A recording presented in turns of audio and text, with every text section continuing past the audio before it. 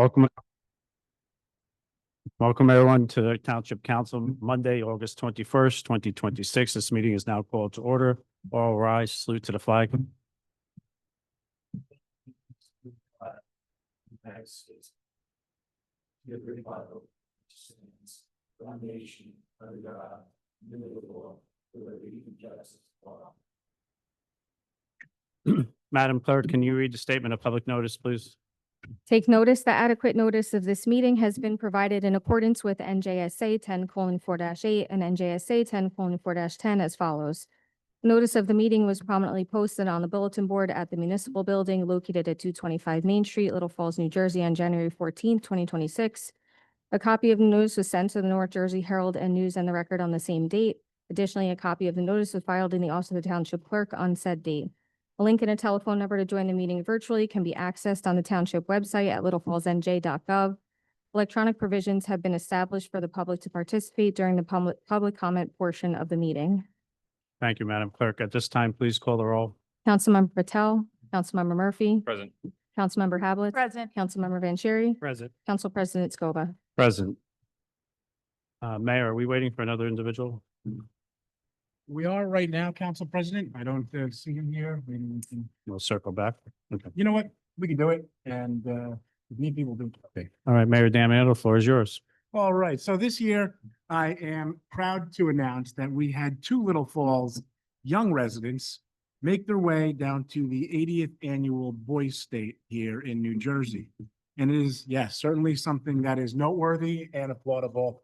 It is a major accomplishment, and it is a program that is sponsored by our American Legions throughout the state. And this year, we have one here with us and another maybe on the way. If not, we'll invite him to another council meeting. But I'm going to ask Michael Kawadi to join me up here for his recognition for attending Boys State this year. So Michael, join me. And for those of you that don't know, we have a little proclamation.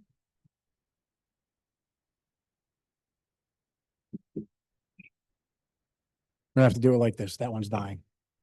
We have a proclamation to tell you a little bit about what Boys State is. And it reads, whereas the American Legion Boys State program is one of our nation's most respected programs for developing leadership, citizenship, and an understanding of American government among young people. And whereas since its establishment, Boys State has provided outstanding high school students with a unique hands-on opportunity to experience the responsibilities of citizenship and the workings of representative government by actively participating in elections, legislative sessions, public service, and other aspects of local and state government. And whereas selection to attend American Legion Boys State is a significant distinction recognizing students who have demonstrated outstanding leadership, character, scholarship, service, and commitment to their schools and communities. And whereas the 80th session of American Legion Jersey Boys State was held from June 21st through June 26th, 2026 at Rider University, bringing together exceptional young leaders from communities throughout the state of New Jersey for an intensive program devoted to citizenship, democracy, public service, and leadership. And whereas Michael, a resident of the Township of Little Falls, was selected to represent our community at the 2026 American Legion Jersey Boys State, earning the opportunity to participate alongside other distinguished young leaders from throughout New Jersey. And whereas through this accomplishment, Michael has brought great pride to his family, his school, and the entire Little Falls community while demonstrating the qualities of leadership, civic responsibility, and commitment to public service that we hope to inspire in the next generation. And whereas the Township of Little Falls recognizes that strong communities and a strong democracy depend upon citizens who are willing to become engaged, understand their government, serve others, and accept the responsibilities that come with leadership. And whereas we commend Michael Kawadi not only for earning the honor of attending Boys State, but also for representing Little Falls with distinction and for taking an active interest in the principles of citizenship and public service. And now, therefore, I, James Belford Damiano, Mayor of the Township of Little Falls, on behalf of the Township Council and the residents of our community, do hereby proudly recognize and congratulate Michael for his selection and participation in the 2026 American Legion Jersey Boys State and commend him for his leadership, character, civic engagement, and dedication to his community. We further extend our best wishes for his continued success and encourage him to carry the lessons of leadership, citizenship, and public service gained through this remarkable experience throughout its future endeavors. Congratulations.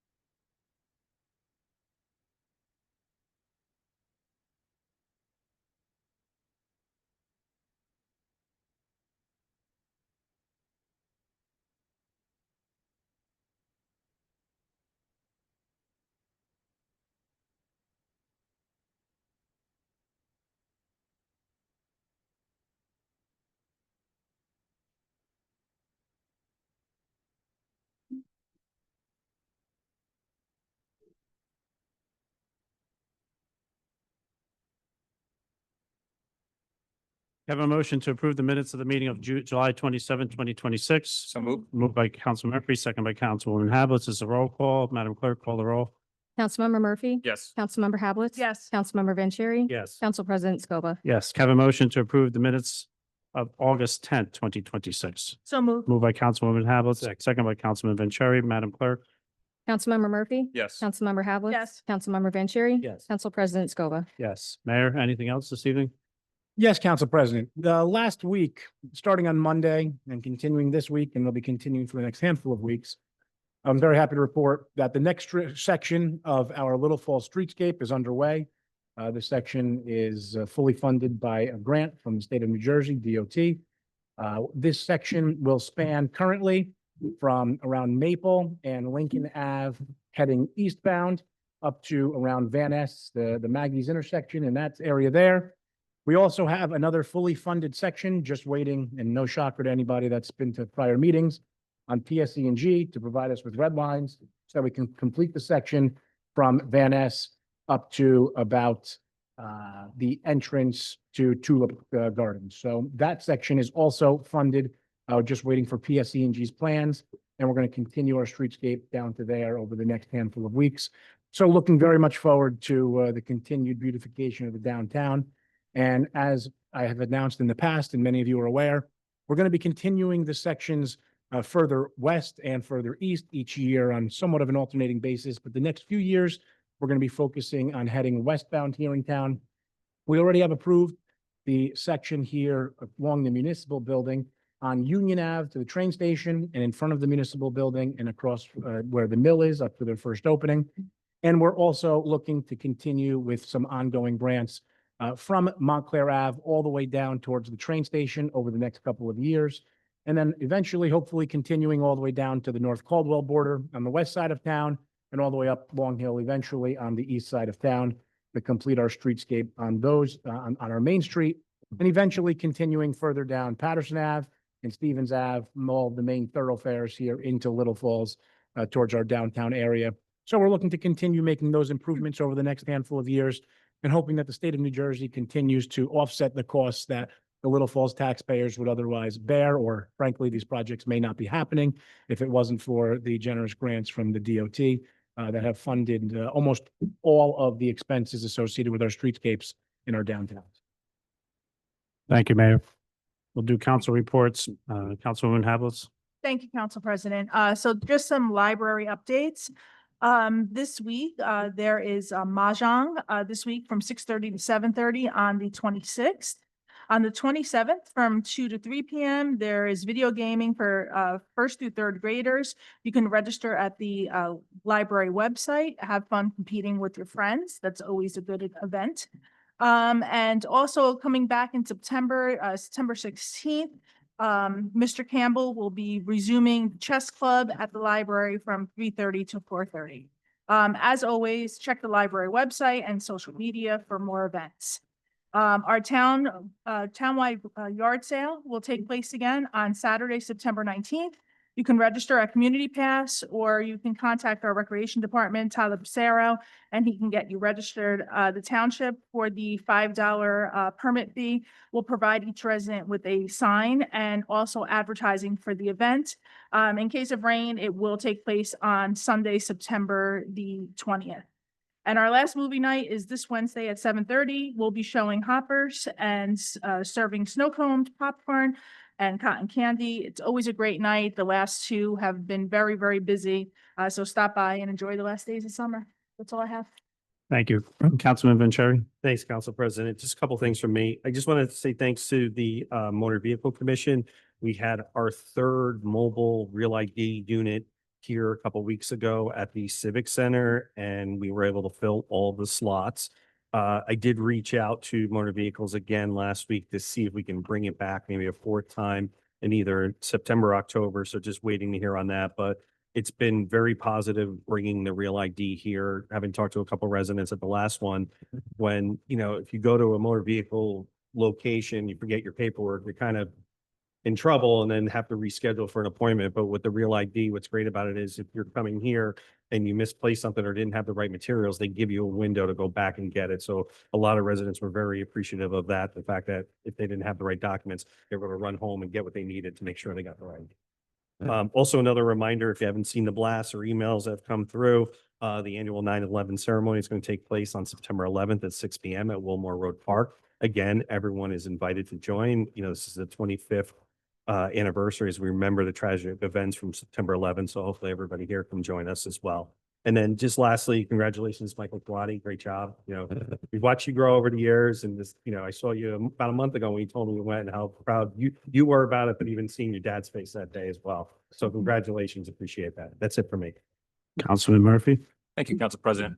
I'd first like to acknowledge the passing of Donald Radcliffe and offer my sympathy and condolences to the entire Radcliffe family. Don unfortunately passed 2 days ago, and I was just made aware. So Don was a dedicated member of the community and served on various committees throughout the township. I believe even at one point he was our fire commissioner. So Don will be deeply missed, and just want to send my condolences and sympathies to his family. But I'd like to congratulate my Kwati as well and echo Councilman Vanchery's remarks. On the township calendar front, advertisements are due by 11/1. So if you do want to advertise, be sure to reach out to Tyler Passero by November 1st. You can reach out to him at the Little Falls Rec Center via email or by phone. Lastly, we do have a Domestic Violence Awareness Committee meeting coming up next Tuesday, September 1st. So if you'd like to join us, 7:00 p.m. in the upstairs room of Town Hall. That's all I have, Council President. Thank you. Counselor, Nothing at this time. Chief. Have a motion to open the meeting to the public for agenda items. So moved. Moved by Councilman Second. Murphy, second by Councilwoman Havelitz. This is a voice vote. All those in favor? Aye. All those opposed, motion carries. Madam Clerk. Anyone wishing to address the Township Council may do so through the Council President. It is preferred if you give your name and address for the record. Comments are to be limited to 3 minutes. However, if appropriate, you may be granted additional time in the sole discretion of the Council President. Members of the public who have joined the meeting virtually and desire to provide comment shall raise their virtual hand in the Zoom application. The meeting moderator will cue the members of the public that wish to provide comment, and the Council President will recognize them in order. Members of the public who have joined the meeting by calling in must press *6 to mute and unmute themselves and *9 to raise their hand. Members of the public who have joined the meeting via the Zoom application must click the reactions icon and then the raise hand icon. Once the process is complete, we will return to the regular order of business. Thank you, Madam Clerk. The floor is now open for agenda items. Anyone wish to speak before this governing body, please approach the podium. You can state your name. You don't need to state your address. Again, at this portion of the public, this is for agenda items. And my name is John Weber, 126 Glen Rock Road, Little Falls. And my remarks are right about 3 minutes. So I might be 15 seconds over. So my property taxes are now 20,500, up 11.3% compared to 2025. Here are my frustrations. One, the increases are above the price indices. Mr. Weber, I'm sorry to interrupt you, but this portion, it is just for items that are on our agenda. You'll have an opportunity to speak Okay. at the next public session. I'm sorry, we have to follow these rules. Not today. No, you'll be able to speak Oh, tonight. okay. It's another portion. It'll come up. This is just for, at this portion of the way this meeting is run, this is for public to come in to talk about what's on the agenda. The next portion, you could talk about at will, what you feel you want to talk about.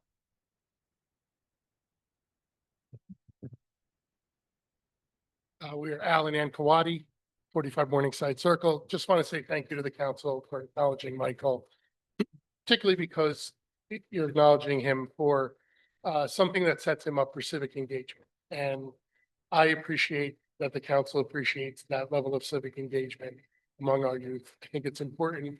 It's why we were encouraging of Michael to go. It was a complete surprise to me that tonight was going to happen. And so I can't share my gratitude with you enough. Thank you for acknowledging him and for the reasons why you're acknowledging him. More important, Michael, to Councilor Murphy, you know, you're close to Mr. Ratliff. I'm sure the bosses. So, thank you.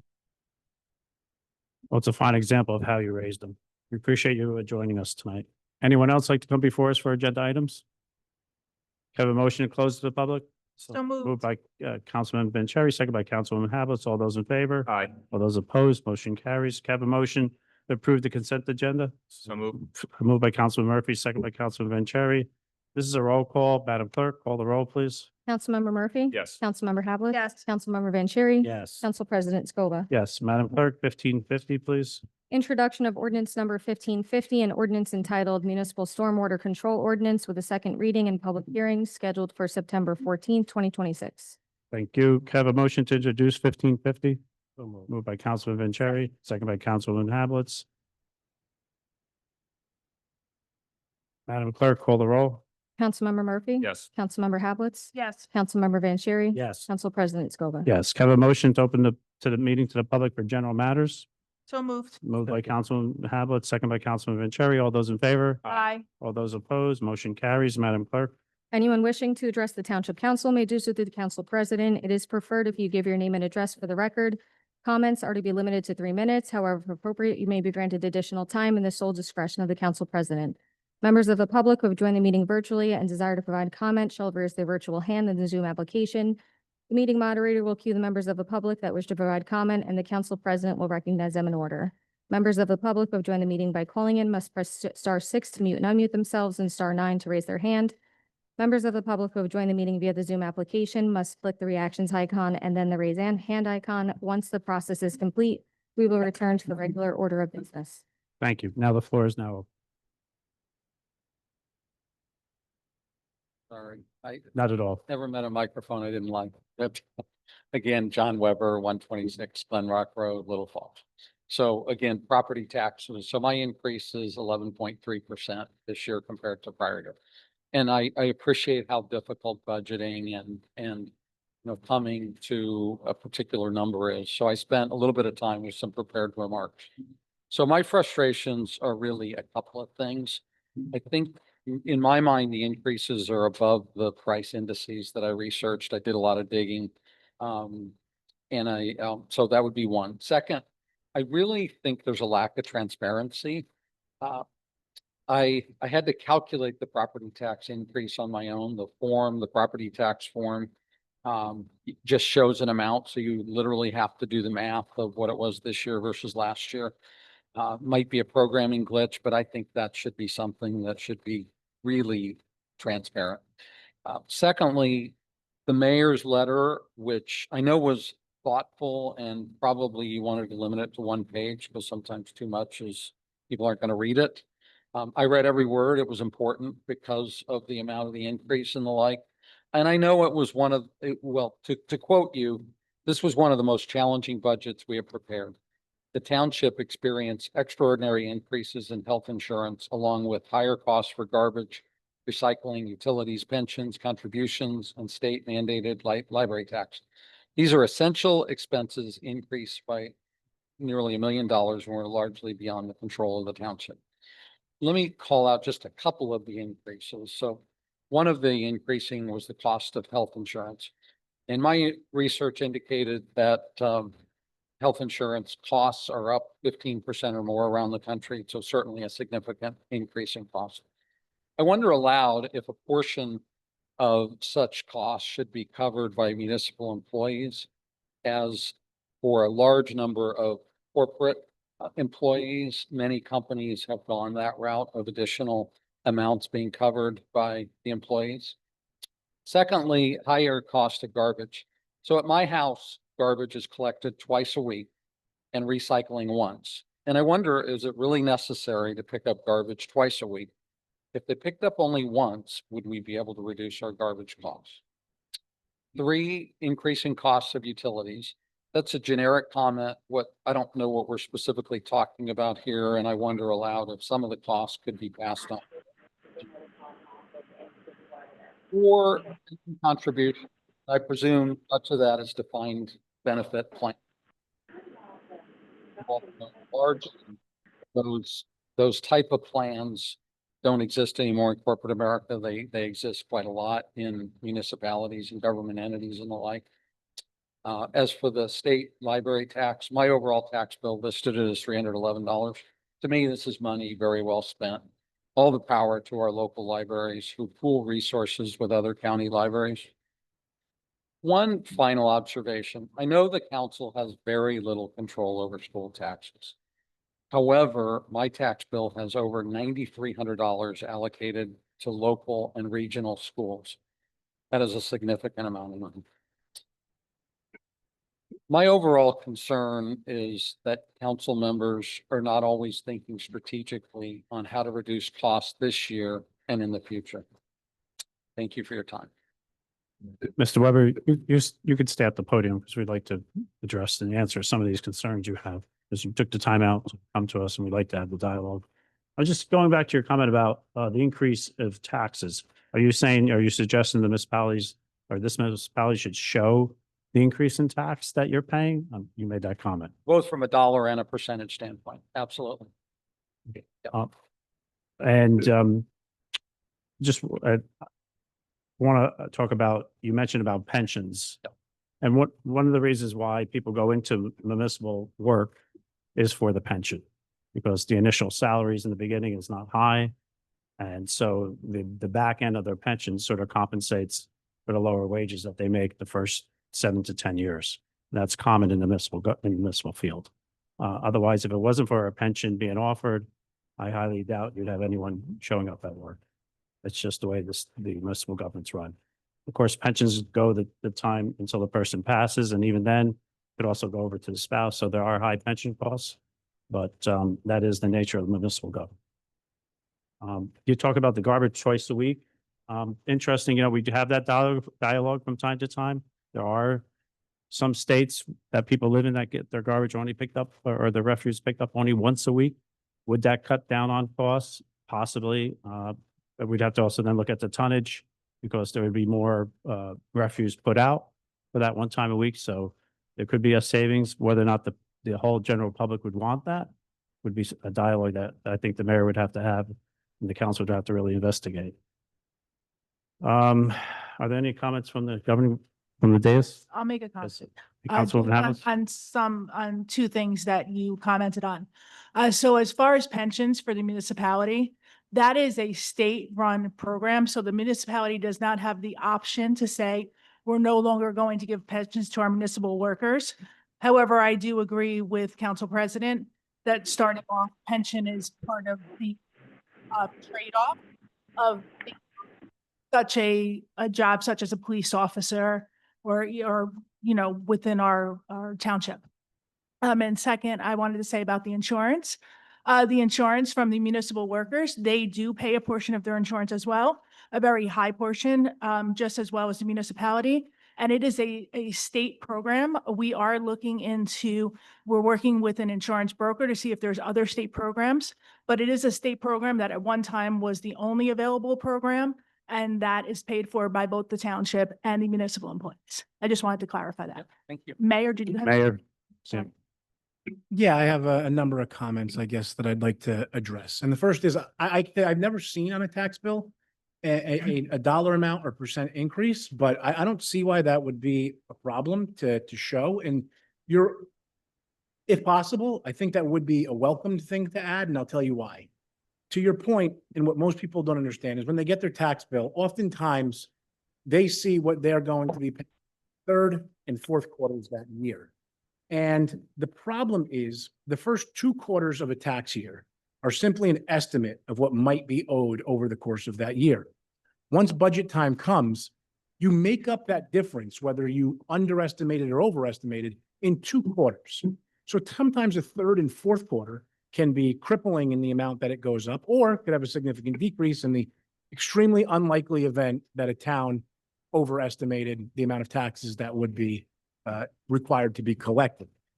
So it does make calculating the dollar amount very difficult without having your prior year's tax bill. And oftentimes, and I got a number of emails over the course of this year where people said my taxes went up X, except what they didn't realize is that the third and fourth quarters really needed to be averaged with the first two. And the whole calculation that you clearly got right, because it was an 11.27% increase and you said 11.3. I'm a So- CPA. Yeah, well, then you nailed it. Now, I say that to address the second concern that you raised, or one of the concerns that you raised, was related to the amount of school taxes that we saw it got increased this year. And a significant portion, almost 50% of the total tax bill this year, was an increase associated with the local and regional schools. And the funding formula for the regional school is one that it would take probably 8 CPAs in a room to actually figure out the way that we each town contributes to the regional school. But there was significant increases to our schools this year that we, as a municipality, are required to collect on behalf of the schools, because we are the only property tax collecting agency in the municipality, meaning you don't pay to the schools directly, you don't pay to the county, you don't pay to the library, the municipality collects it all. So when there is this substantial increase, we, as the municipality, are the bad guys saying you owe this much more money this year. And you're right, significant increase was related to the schools this year. Now, to address a couple of the other things that you raised, you are absolutely right that the increases certainly are not tracking with what the annual CPI increases may be for many of us, or raises are for many of us, for those that got them, or what certainly increases in Social Security benefits may be for anybody. Because we had some singular expenses, and our single largest expense to the municipality, aside from salaries and wages, is medical insurance.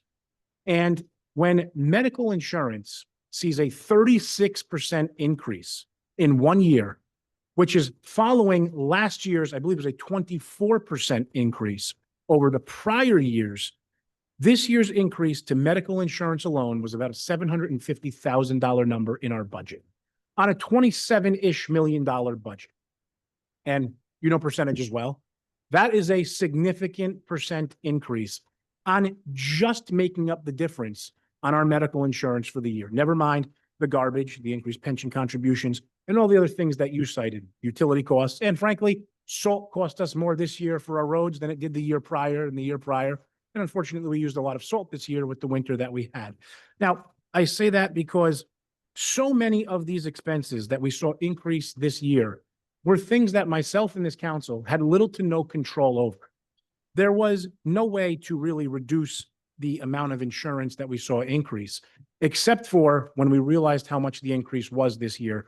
We have, as Councilwoman Hablitz indicated, gone out, found a broker in an attempt to find a new provider for the municipal employees. And you stated that, employees should have some contribution to it. And I will tell you that there is a formula depending on how much an employee earns, but a lot of employees in town are contributing up to 35% of the total premium. Now, the total premium on one of the best health insurance plans offered by the state of New Jersey, currently offered by the municipality, is about $67,000 for a family plan for an employee. So we do have some employees in town who are contributing close to $24,000 a year, about a third of, just under, about more than a third of the almost $70,000 plan. So they are certainly contributing to their medical insurance. There's no doubt about that. And if you ask them, they're contributing way too much. If you ask the municipality, we're contributing way too much. And that is why we've tried to find a broker to reduce these costs, because again, aside from salaries and wages, it is a category that has increased exponentially over the past few years. Now, as far as garbage, it's actually something that I had kicked around a little bit. One of the biggest costs that we see in the increase in our garbage costs is actually in the tonnage, in the tipping fees. So whether it was once a week or twice a week, the tonnage, as Council President Scoba indicated, is going to be about the same. So we won't see a real decrease in our tipping fees, potentially in the bid because the salaries may be slightly lower. But I don't know how a garbage company would then really bounce around and pick up different contracts when they have a majority of days in one town, but couldn't cover another. So I'm not sure how much it would actually reduce the salaries that are paid to the employees of a garbage hauler. But it is something that I've certainly been kicking around and something that has been discussed and considered. Now, I want to jump to the total taxes. And one of the things that I have always been a big believer in is I don't believe in raising taxes just to raise taxes to make sure that the town has a huge surplus. Because I find that I'd rather keep money in residents' pockets for as long as possible so that they can invest it how they choose to, rather than giving it to a town to let us hold it in a surplus to try to make a couple of dollars on interest on money that we didn't really need for that year. And I say that because in my first 8 years of mayor, my first 8 budgets, and this year was my 10th, the average increase was at about 0.75% over the first 8 years. And the numbers were 1.35. We then had a 0.09 decrease. It went up 0.66 in 2019. It went up 0.06 in 2020, which is as close to flat as possible. 0.91 in 2021. 2022, we saw our first over 2% budget at 2.31. 2023 saw a decrease of 0.12, and I'll give it inconsequential, the small, but still a decrease, which is unheard of. In 2024 was 1.52%. These last 2 years have had increases that we simply couldn't foresee, like state health benefits going up 24% one year and 36% the next, where we saw increases of 4.92 and 11.27%.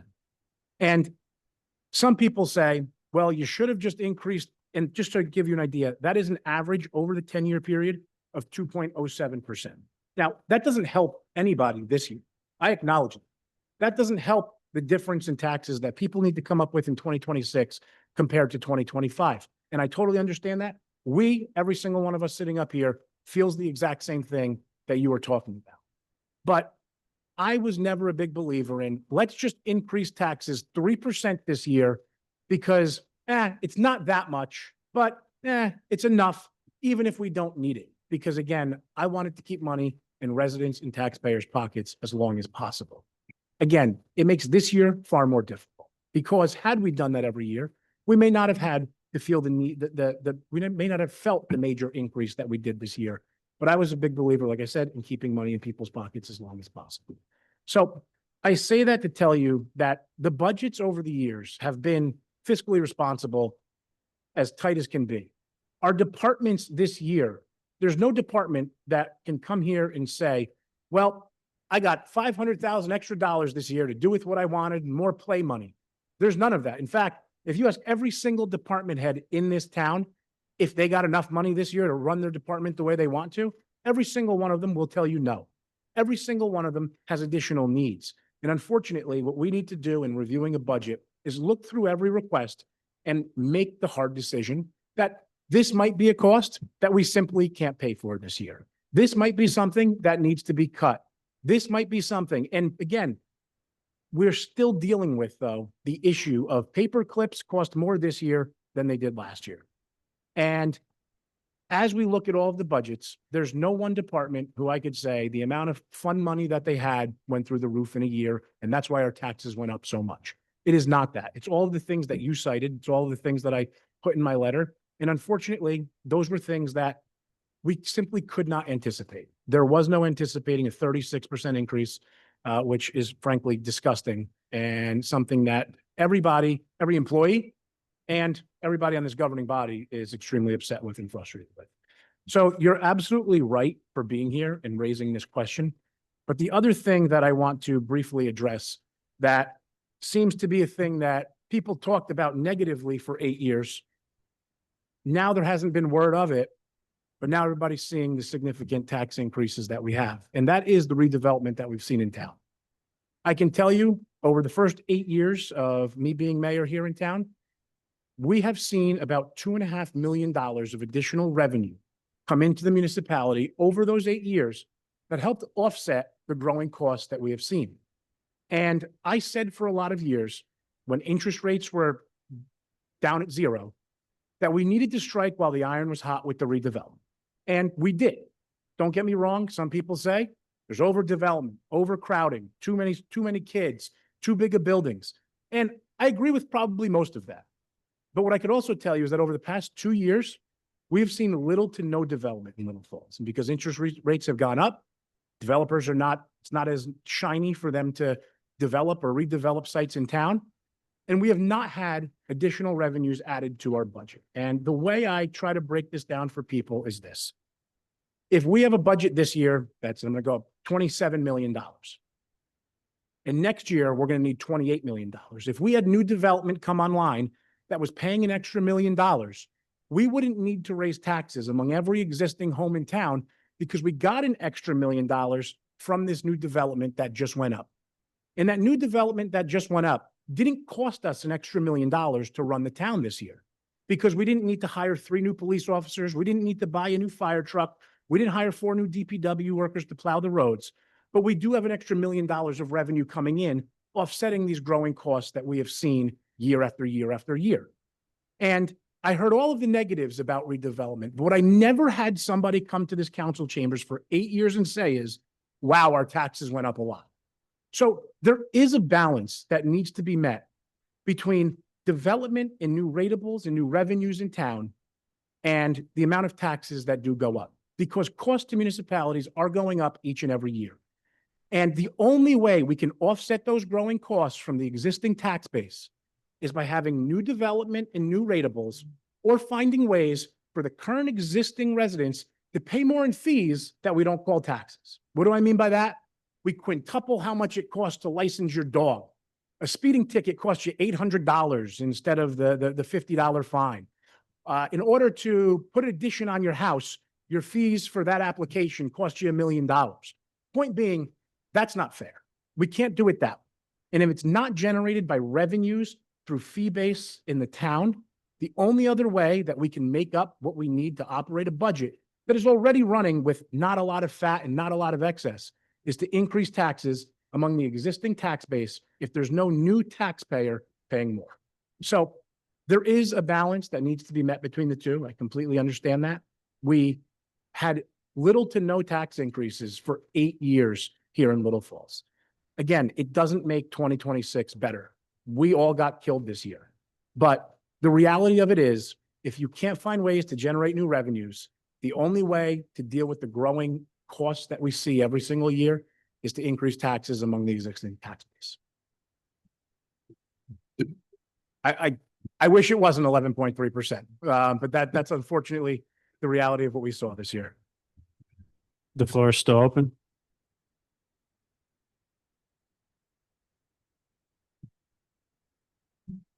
Joy.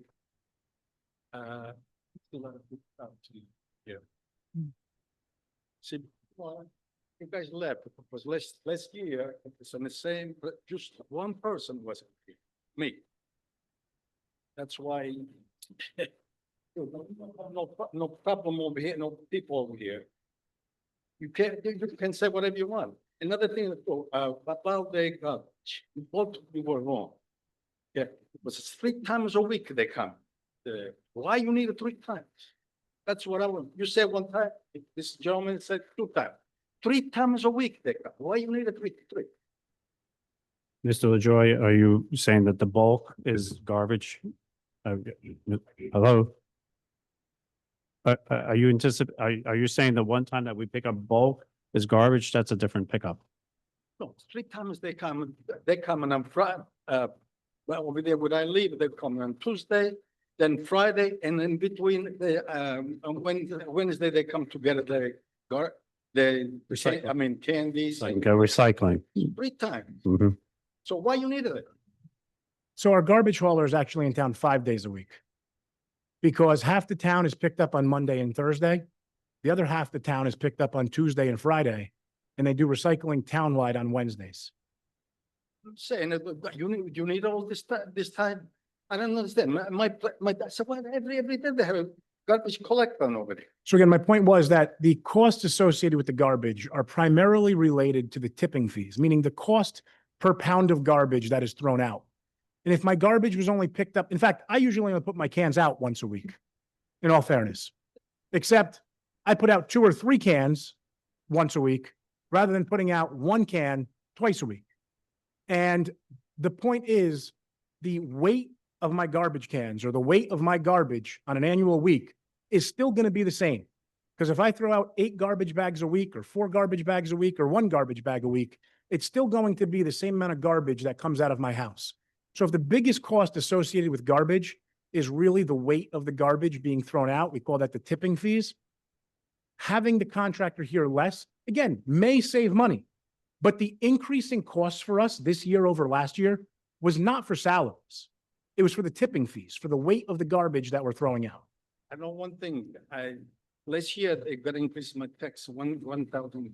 This year, it's 3,000 in 2 years.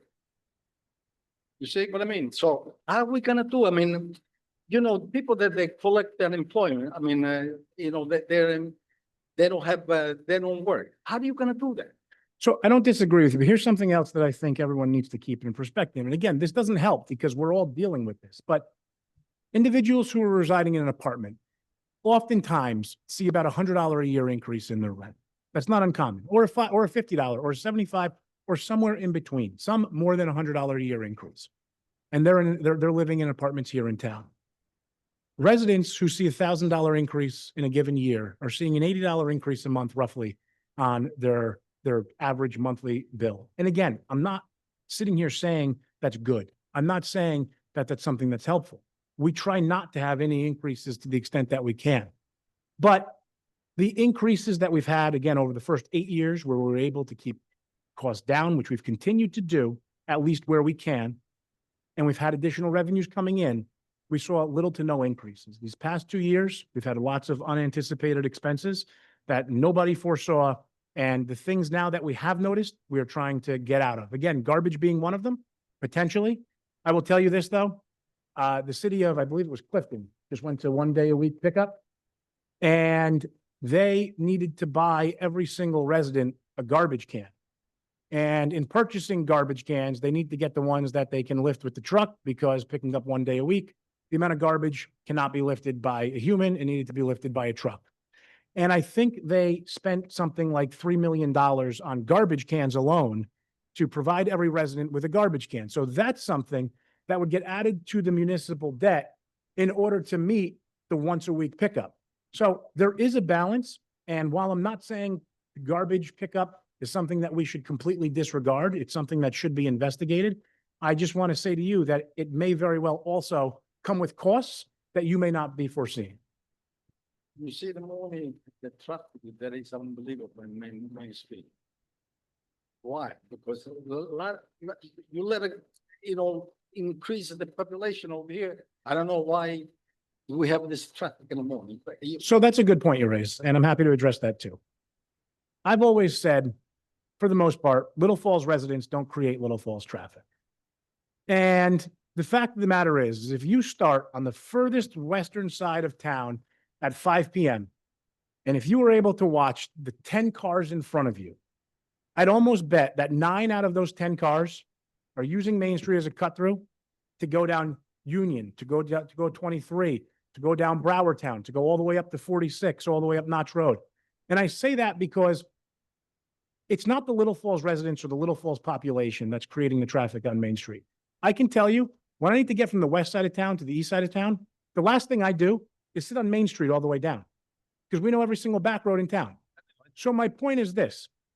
The increase in population here in Little Falls, while I can't disregard the fact that there was some increase in the traffic, the amount of traffic that we see from it is nominal. And we frankly live in North Jersey. We are, and this is going to be a hot button topic for many, we are forced by the state of New Jersey to do these developments through all of our towns. This at the local level is not a Democratic issue. It's not a Republican issue. If it was, Wayne wouldn't be adding 5,000 apartments to their town over the past couple of years. If it was, Little Falls wouldn't have added a single apartment over the past couple of years. The issue is that we are being forced through the affordable housing obligation to develop, and we need to identify vacant areas or buildable areas in town that if a developer acquires that property, you have to let them build a dense development. There's no fighting. We will lose in court. And it's part of the state's affordable housing obligation. Locally, it's a problem for all of us. Locally, there's repercussions that every town, Republican, Democrat, unaffiliated, it doesn't matter. We're all seeing and we're all dealing with the repercussions of it. So you're right. I'm not disregarding what you're saying, but my point is, this is not something that we all sat here in Little Falls and said we should allow affordable housing obligations to be met here in Little Falls, which by virtue of it, and the reason I say this, by virtue of the affordable housing obligation, you need to allow for a far more dense development than you might otherwise have to build in order for someone to generate a profit on a building. So the affordable housing obligation has created far denser developments than might have otherwise been built in the same square footage and the same acreage. So it is a problem, and it is something that we have been dealing with, not just here in Little Falls, but every single town. And anyone that says, I can't believe the traffic in Little Falls, hasn't driven down Browertown Road in Woodland Park, hasn't driven down Union Boulevard in Totowa, hasn't driven down, name a town, you can pick a street that's seeing traffic at rush hour. And again, it doesn't make it better for the Little Falls residents. But the reality of it is, we live in a state that is one of the most densely populated. We live in an area of the state that is the most densely populated. And aside from New York City and some of the major cities, the amount of people that we fit into little areas, we're living in it. And it's just by virtue of where we live that we're dealing with this. Thank you. We have someone in the chat that'd like to speak. Can you let them in, please? Is that Joseph Russo? Yes. Can you guys hear me? Yes. Good evening, Mr. Russo. Good evening. Hi, my name is Joseph Russo. My wife and I moved to Little Falls last year. We live at 52 Second Ave. Just a quick question. You mentioned about, the budget. And I totally understand, I'm a teacher, I actually, I don't teach in Little Falls. I'm a teacher PV. However, the taxes do pay my salary. I teach in Linden and our health insurance has gone up. I totally get everything you're saying. And, I also understand and agree with, it's not right. And not that you guys are planning on doing it. It's not right to increase fines and, licenses to do different things. But, you did mention, the fact that we need to bring in new revenue here. So I'm just curious, what is the plan to bring in new revenue if there is one at this time? Thank you for your question. Right. When any municipality has to balance a budget, or they look at revenues and they look at costs, and at times, the costs outweigh the revenues. As the mayor has mentioned, we're very frugal at what we spend here, but unfortunately our costs have gone up a lot more. As far as bringing in revenues, the governing body doesn't actively go out and look to, it's those developers that come before the planning board and come before this governing body looking to put projects in town.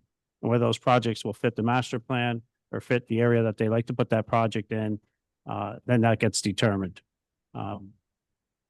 Does any other council member have any comments to that? Mayor, comment on how the town is going to go forward in trying to bring in revenues. Yeah, so we've taken. Okay, is this thing on then? Yeah, I could hear you. So we have taken some steps to generate additional revenue. And one of the big initiatives that we launched here in Little Falls was something called the safety stick. And safety sticks, if you haven't seen them, are the gray sticks that are located near a number of our crosswalks here in town, a lot of them through the downtown, some of them on Patterson Ave, some of them on Route 23. And the safety sticks were intended to not really just generate revenue, but to increase pedestrian safety. And we did that in an effort that if somebody parked within 25 feet of a crosswalk and they're not in a designated parking space here in town, that the parking stick, if they're there for an extended period of time, issues a fine after being reviewed by a police officer. Now, I raise this to tell you that in response to the parking sticks being installed, I have received dozens and dozens of calls from people saying, I got a ticket I didn't know I was parked illegally. Well, first of all, they were parked over yellow hashed parking spaces, right next to a crosswalk, which regardless if it was striped, would be illegal. But I raise that to tell you that there are some ways that municipalities can work and implement things to generate additional revenues. This was one of them as really a public safety initiative to make our walkability and our pedestrian safety increased here in Little Falls that we thought would help with that. The repercussions are me getting dozens of calls over the course of a week sometimes from people saying, I got 3 tickets in a week and I didn't even know I ever got one. Well, they parked illegally 3 times in the same week. They learn quick, but the problem is that there's only so many ways for municipalities to generate additional revenues. And if it's not by increasing costs or fees, it's very difficult for towns to generate money. One of the things that we have been doing is entering into shared service agreements with other municipalities. Now, it's great. We do get to share some of our municipal employees who might have additional time or want to work additional hours with other municipalities who then pay us as a municipality not only the salary that covers their time there, but additional funds or fees for utilizing our employees. It doesn't take away from their time in Little Falls. They oftentimes work additional hours at various times of the day. But the point being, yes, we find ways and we try to find ways to increase our revenues, but there is just simply no way to keep up with the way or the rate that costs have increased to the municipalities over the years. In towns that have had, somewhat stable budgets over the past year or two have been dipping into surplus. Other municipalities have seen significant increases. It's not that we are not looking or actively pursuing ways to keep our costs down or to increase revenues. It's just that the costs are increasing far faster than we can increase the revenues or generate new fees. Okay, I appreciate that. No, that's great. Thank you guys for answering my question. Thank you. The floor is open.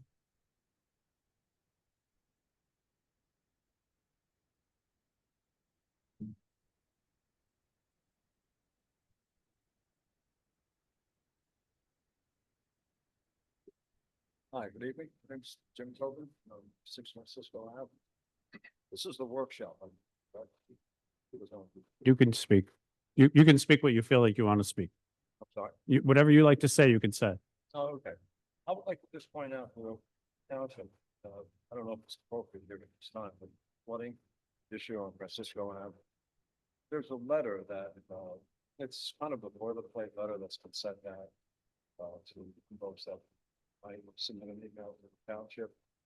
And it states in the 3rd paragraph that most, if not all, the flooding is related to the Township.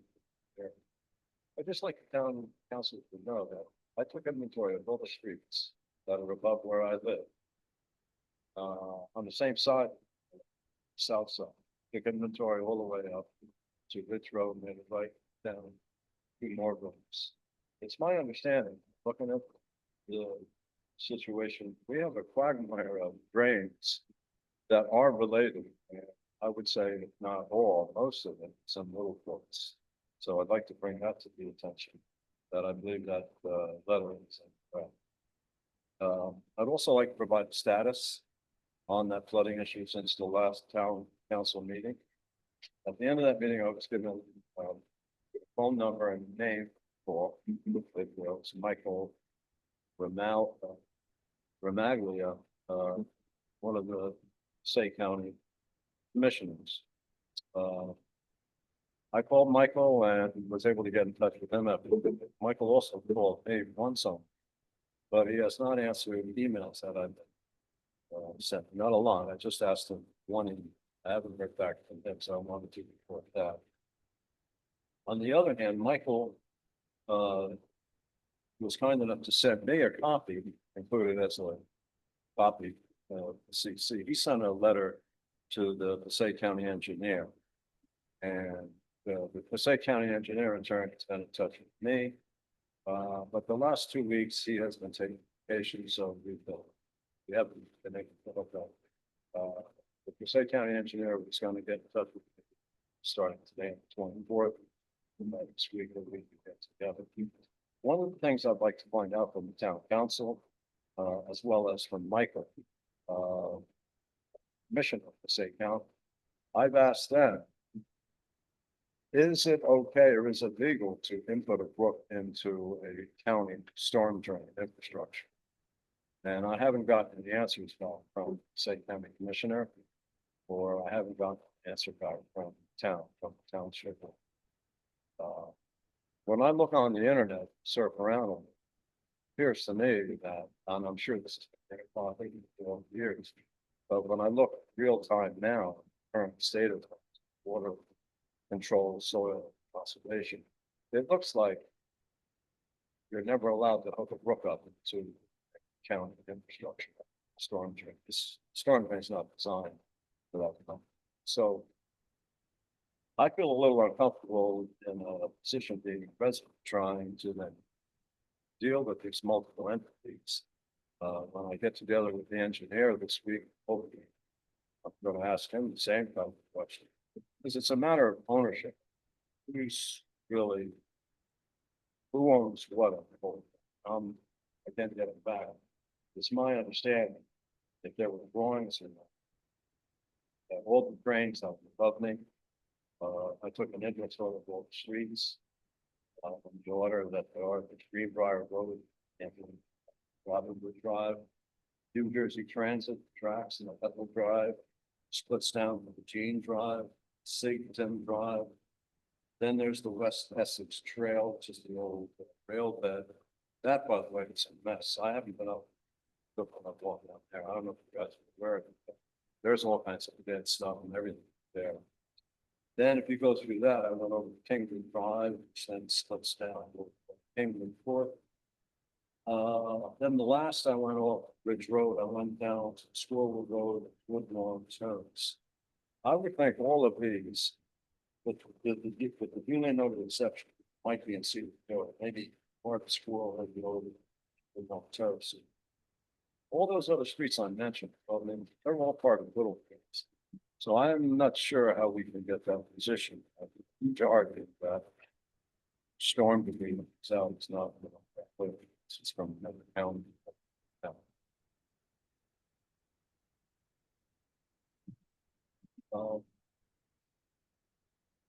I haven't gotten any answer when I go talk to the engineer. Those are things I'd like to know. I don't know. I'm not a politician. I don't know if I'm in firms, but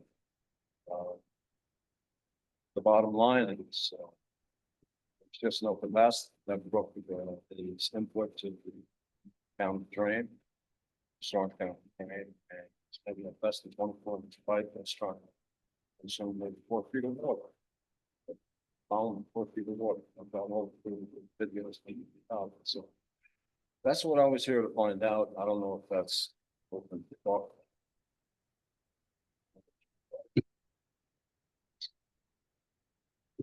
Thank you, Mr. Tobin. You're not opening up a can of worms, and you don't need to be a politician to come before this governing body. We understand. Comfortable and we could, I can get a official position. Is it okay that brook goes in? Mr. Tobin, that brook has been there for, as you know, many years. It wasn't just established, recently. It's been there many years. I think your point about the other homes that go above that brook, you're saying the drain that when it rains, that their water is going out and seeping into that brook. Maybe, I don't know if that's really true. I could tell you the street I live on, all our drains go, it was mandatory back 25 years ago when the development was made that the water goes into a pit and doesn't go into the brook. That it's mandatory on how developments are, has to be. Years ago, yes, there are drains. You go around town, you'll probably see them. They go into certain places maybe they shouldn't go because there's no place else for the water to go. The houses were built, and where else is the water going to go? I could tell you I've lived behind that brook for now 26 years, and it has definitely increased its volume more so in the past 4 to 5 years than I've ever seen before. Why that's happening, my theory is that rain patterns are changing. There's a lot more rain in a lot shorter period of time, and that brook can't handle the capacity. And it becomes almost, you could take a canoe down Francisco. That's how bad it could get. And I understand your concerns. I understand, we all feel your concerns. We're looking for solutions. We don't want to have this happen, but at the same token, you know, the county has to do their part, because it is a county situation. And as you know, that was cleaned out a couple of years ago. I think you witnessed that and all the boulders and debris that came out of the, What was cleaned out again? I said, you probably witnessed that was cleaned out. There was a company there that cleaned out that drain pipe. The county drains? Yeah, That it was, about 5 years. right, Right. that was Well, done. that's another. We spent township money, really good money to clean. Right. They were 85% full and depending on the side of the road. And having humans climb through that pipe, bring out some of the large items of oxygen. All that stuff's going back into the clean system. It's like, you know, I'm not sure, like, why are we allowing to do that? That doesn't make any sense. Well, the notion of that is if you put, you know, the grate in front of the drain and the boulders hit the grate, that only backs up the water of the brook into other areas. So, you know, you have to have that. Ask you that. Do we have any idea what the drawings are, the engineering drawings for all these drains that are up on these streets? I took an inventory and I parked and I looked and I walked around. These drains all follow gravity, all go down. I'm not saying all of them. There's water that's running all the time when I walk the West Essex Trail, Old Railroad. There's water running right now. But if I go to the brook, like we're talking about, that brook is dry. So that particular source of water that's over right about where the power lines are, clearing, that source of water is not a problem. Francisco Ave. I don't know where it's going, but it's going somewhere else, maybe down to the road somewhere. But those other ones that are up, they look familiar. They look exactly like the ones in my street, starting with your street, Greenbrier Drive, Robinwood Drive, Ethel Drive, Jean Drive, Sigton Drive. It's interesting. It's the streets that I'm talking about are always on my side of the street. And when I go up, they're up on a hill. And they climb up the hill and then they start going down. They'll start going down. That's where I'm concerned. All the water that might be in those storm drains that are inclined from Francisco, they're going to come back down the storm drain system and they're going to run down the system. That's not a concern. That's where it should be. That water should be subterranean in the storm drain. What's happening is all those other drains that are going down and their end result is they just have a brook that becomes a 4-foot wall of water. It's a long freight train trying to fit into a 24-inch pipe, 28-inch pipe. And all it does is the brook dumps its entire contents on top of Francisco Ave. And it just clogs up, it dumps up the works. Again, the letter being sent out said, majority, if not all, it's not a township. That you look at. That can't help. That logic makes no sense. All of these streets and drains on Farmington are in Say County.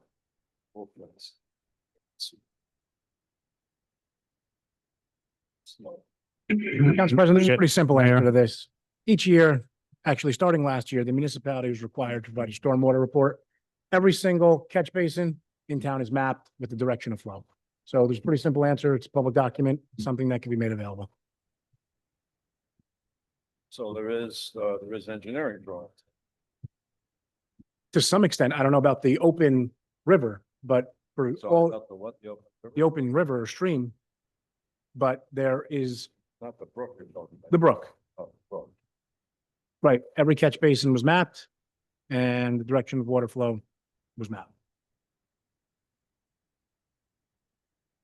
So I'd encourage you to come take a look at it. That might answer a lot of your questions. But then is the position of the town still that majority of the problem is not in Little Falls, it's in the county? A majority of that water certainly comes from another town. Sorry? A majority of that water certainly comes from Cedar Grove. Because if you follow the stream, only the first 100 yards of it are in Little Falls. First 100 yards are Little Falls. I walked that stream all the way up. I'm not sure how you're referring to that. If I go up to Ethel Drive and Jane Drive, is that Little Falls? Yes, That's above where the brook is, right, it's natural runoff. but that's in Little Falls. Some of that section, yes. Right now, it's dry. I go past Greenbrier Road. I go up the brook. I'm still in Little Falls. I'm not in Cedar Grove. Right, the end of Ethel is where the border is. Well, that's where the big difference. I think, I think the majority of that's. But that said, what is that going to mean to the equation? If it is, let's say if the township went wrong. I mean, beg to differ, we have property lines, we could look at a map. Like I said, I would encourage you to come and look at our stormwater mapping.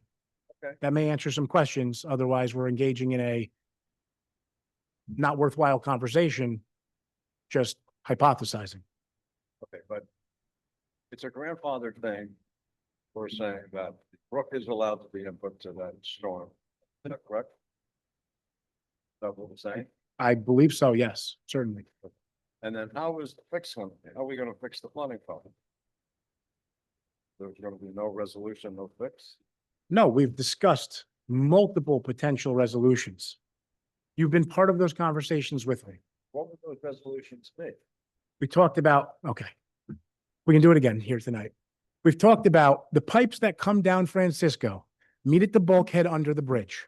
When water is raging, fighting contrary to the water that's coming down. You're talking about when the worst case scenario and storm drains are under the Peckman River. That is that's a worst case, that's a doomsday scenario. Sure, I'm not referring to that. I'm referring to all the water that's above where I live. That water comes from Little Falls locations into that brook. There's no flooding on Francisco Ave until that brook is in between number 30 and number 40 Francisco Ave. No flooding on Francisco whatsoever. It floods from there down to my house because that brook just puts everything on the road. right. Typically when the inlet gets blocked. Okay, so now we both admit that that occurs. What's gonna happen? We've been there. We've done this So every rainstorm. is this the way it's gonna be? That every time it gets flooded, I have to go out with a pitchfork and go unclog my drain? No, we've talked about trying to find various solutions. We've talked about trying to keep that a little bit cleaner. We've talked about all kinds You of, need to contain that brook so it goes into that pipe.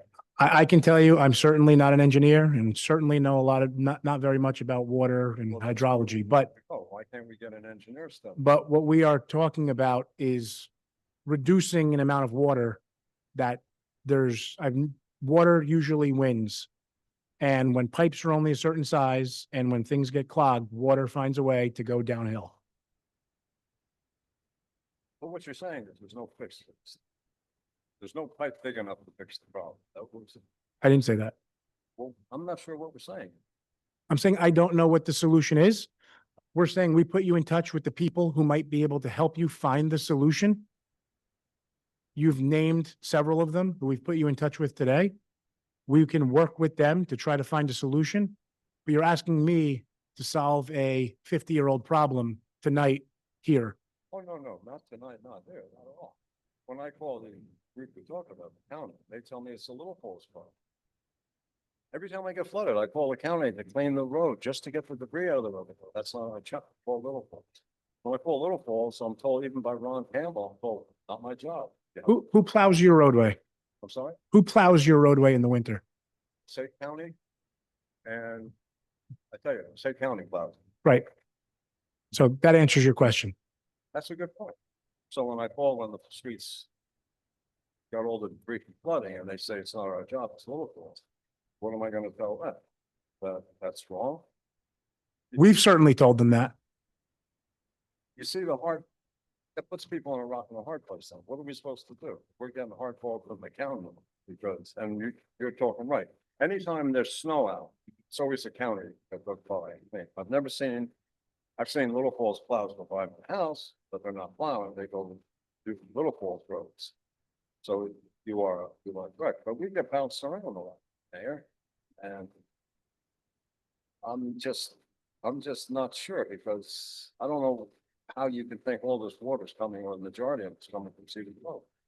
I beg to differ, it's not. I mean, somebody Somebody's gotta. Okay, so I'm going to engage one last time this evening, and let's assume all of the water is coming from Little Falls. How do we redirect it? Sorry. How do we redirect the water? We have to have some way of engineering and looking at it. It's gonna need a culvert of some form. We're gonna have to line that. We're gonna have to contain that brook when it becomes from a dry brook to 4 foot raging freight train. We've got to find a way to contain it. If that's the way things are, that's the way the infrastructure is, we got to find a way to contain it. I know it's not a fixed for another month, but it's gonna cost money and it's gonna be an engineering. I don't know whose job is that. Is that county? Is that a township job? It's probably a little bit of both. If I just Googled, should a brook be part of a safe or should a brook be part of a county infrastructure storm? No, no way. It's allowed because it's old and it's grandfathered. But I gotta be careful when I'm talking to county representatives. It's their infrastructure. But a township component is going into their infrastructure, it's info. You know, that's a political thing, and I don't like to be dealing with that top thing. Because it is not allowed. You're not supposed to put a brook inside a storm drain. There's no flooding problems on Francisco Avenue, except at that brook. From that brook down, it's exposed. Matter of fact, I live at 6. At number 2 Francisco, it doesn't flood. It's just in front of my house, it's on the low point. And that's why I'm out with the Pitchfork. That's how I found Francisco. I was out there the last time. I found a eastern box turtle that we so what I'm saying is I wanted to just mention that I think that letter that's going is wrong. I think I have evidence that could be wrong. And I don't know what letter you're referring to. sorry. I don't know what letter you're referring to. Who sent the letter? When someone has sent an email to you regarding the flooding on Francisco Island, you have sent out a letter to those. You've sent it out to me, I think, in years past as well. What, Uh, what's the date of this letter? Are we talking pre-2020? talking, huh? We're talking, this is from July, July, yeah. Do you have a copy of that letter? I certainly did not. Reaching out. I understand this is the first paragraph. Thank you for reaching out. I understand how frustrating and exhausting it must be. You're referring to an email? Hmm? You're referring to an email an email communication between the two of us. I'm referring to an email that there's a standard letter that's attached to the email from you, from the mayor. There's no standard letter that gets attached to my email. So you may have gotten a fraudulent email. It's included in emails that you're sending out, so I'm not sure how you move. You mean I typed an email to you? I responded to an email. That's an email that I physically wrote and sent to you. No, I'm referring to somebody who sends an email to the township about the flooding. They in turn get a reply back from mayor, from you. I typed that email. Right, it's a typed email. No, it's a typed email. Please, I don't have to. It's not. I have no auto response email to flooding in town. I have no AI bot that reads. If you type this each and every time.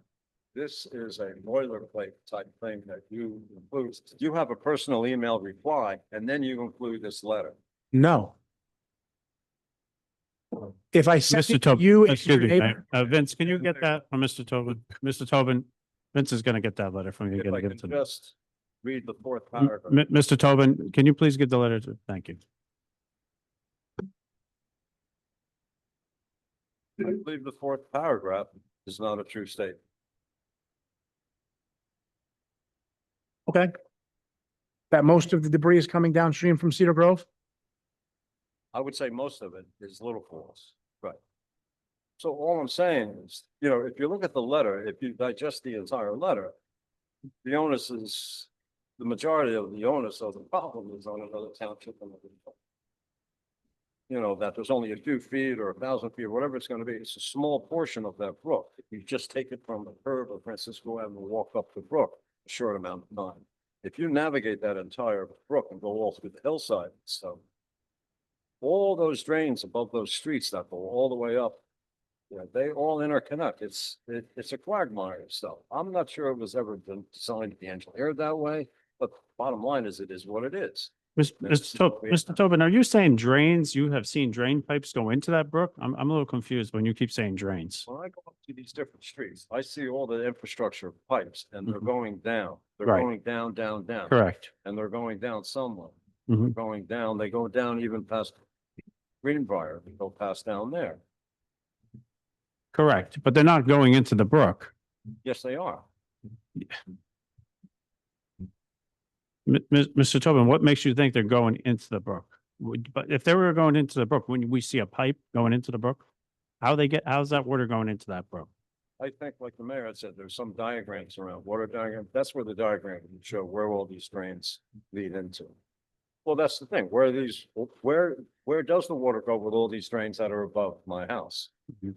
That's a good point. Where do they go? I mean, it floods down by my house, so if all those drains that you're referring to that are above my house do not go into that brook, great, somebody's got to prove that, but then they have to figure out where's the water coming from that's flooding my house in that brook. That's the bottom line, what we have to fix. Right. So again, I lived there for 26 years. The water generates from way up above. It just doesn't start generating in Little Falls, that portion. That water comes from the neighboring town way up above. However, yes, it goes into Little Falls and the trees and the debris and the rocks. That section of that brook that's in Little Falls, yeah, that gets into the pipes and it overflows. Correct.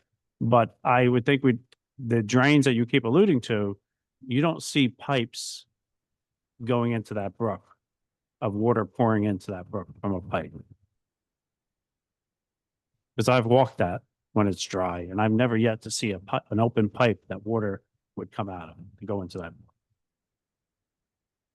Is that clear, is what I'm saying? I think what you're asking is when a flood is occurring. Right. They're asking, like themselves, they're asking. Go up the brook and find out. Yeah. I could do that. If Right. I have, I will. No, and I've done it, but I'm just Oh, saying, you have? yes, but the drains, these drains that you're saying do not empty into that brook. Because to empty into the brook, you'd have to have a pipe that's actually physically, yes, go ahead. We seem very certain that these streets above where I live don't go into that brook. Let me ask you another question. Where is that water coming from then? Yeah, if you, Coming from Cedar Grove. Where in Cedar Grove is it coming from? I went down Douglas Drive, I went down, those areas. Where's that water coming from? well, it comes from the rain, Mr. Tobin. When it rains hard, water accumulates. But where's it coming from? It comes from up above and And where does it come with 10-foot logs that are rotten Right. stuff? Where's it coming with all this debris? This isn't little small swirls and sticks. This is garbage bags, soccer balls. I'm telling you, a 10-foot long piece of wood that's rotted, it's all heavy,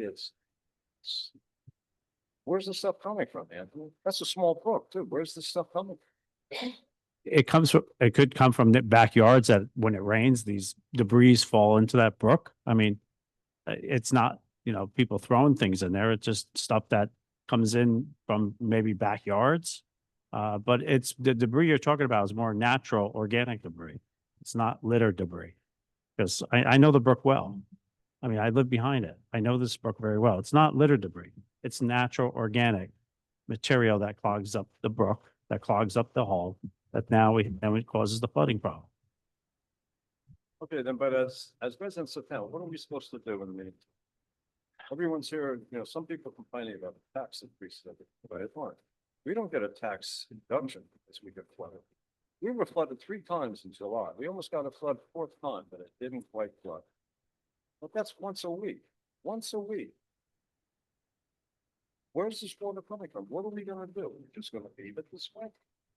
And No. like the mayor said, when the street gets dirty or gets clogged up, it's county's responsibility to clean it. Well, you're right, Mr. Tobin. That shouldn't take, when that street gets filled with mud and rocks, the county should respond and we will be, do our best efforts to make sure they do what they need to do with that. We will continue to look at this problem and see what, it's not an easy solution. It's not one that we could say, do this or do that. It's something that's gonna have to take a hard look at and contact, with our engineers that we have that does stormwater. and we're gonna have to take another look at it and see what could be done. But I don't think the fix is gonna be anytime soon, to be upfront. But is there gonna be anything put together as a project or as a task or something to do this? You know, because do I have to come to every town council meeting to bring this up? I mean, what do I have to do to try to get a resolution?